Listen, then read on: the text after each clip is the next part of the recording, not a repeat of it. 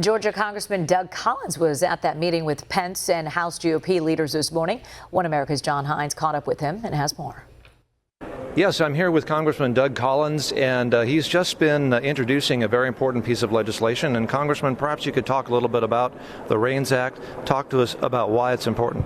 Well, what's important is in putting back a constitutional perspective and letting the people's voice be heard in regulatory reform here in Washington, D.C.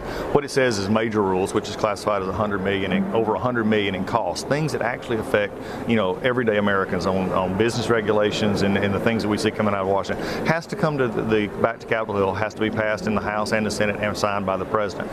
And it's on a fast track. It can't be filibustered in the Senate. So it gives us the ability to look at these rules being made in offices here all across Washington, in cubicles by unelected representatives, to come back to those who represent to say, okay, is this fair? Is this cost worth the benefit, or is the benefit worth the cost? And it just puts it back in a very proper control. Laws also be made by a president with a cell phone and a pen, right? Exactly. When you get back in proper perspective, the constitutional takes over, and that's what we're looking to do here. Now, talk a little bit about the timing. I know you introduced it recently. Do you expect a vote soon, and then what happens? Yes, we expect to vote tomorrow. In fact, I'm stepped out of a meeting to get back into on the rules. I'll be having the bill on the floor tomorrow, and we're looking forward to passing it tomorrow. Now, REINS Act, just very briefly, what does that stand for? I understand it's an acronym. Is that right? It's basically reining in the executive overreach, and that's what we're looking at right now. And it's also good to note that the new president-elect actually campaigned on this bill. He actually said if this bill made it to his desk, he would look forward to signing it, because he believes that these executive agencies that we're reining in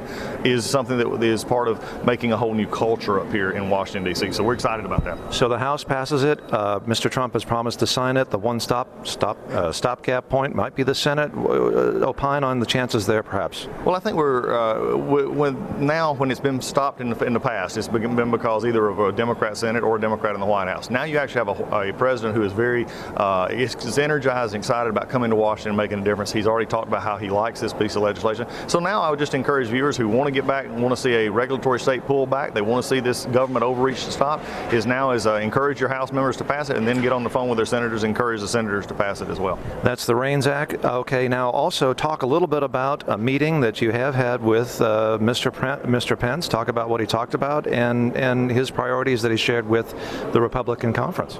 Coming in today was fabulous to see the Vice President-elect come in and lay out a positive vision, working with Donald Trump, saying that in 16 days we're going to see a new culture in Washington, D.C. He was very forceful in saying the promise of repealing Obamacare was the first and foremost thing on their agenda. We're going to be already started seeing that in the Senate. We're going to start seeing that in the House move forward, so we get that to his desk as soon as possible. And he also was very careful in listening to some of these executive overreaches and the stuff that we're dealing with in these final last days of a failed presidency, trying to hold on to a legacy by taking lands and doing things that really should not be being done. So they're hearing those concerns, but he was very energetic, very positive focused, and we're looking forward to reminding each of us that it's our responsibility to go explain why Obamacare is a failure. It's not the success that all is being treated. The healthcare system is sick. It is broken under Obamacare, and it's time for us to repeal it and get a patient-centered focus again. Did Mr. Pence opine on a timeline when Mr. Trump might be able to sign the Obamacare repeal? Well, I think it was when we get it to him on this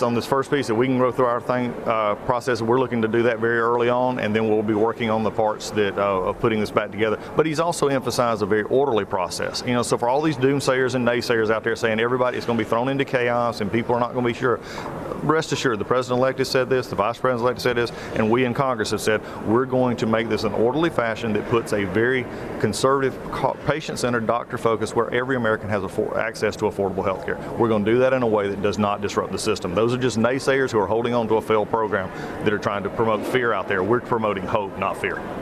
Thank you, Congressman. It's a pleasure talking to you. You have enlightened me and our viewers, and that's Congressman Doug Collins of Georgia.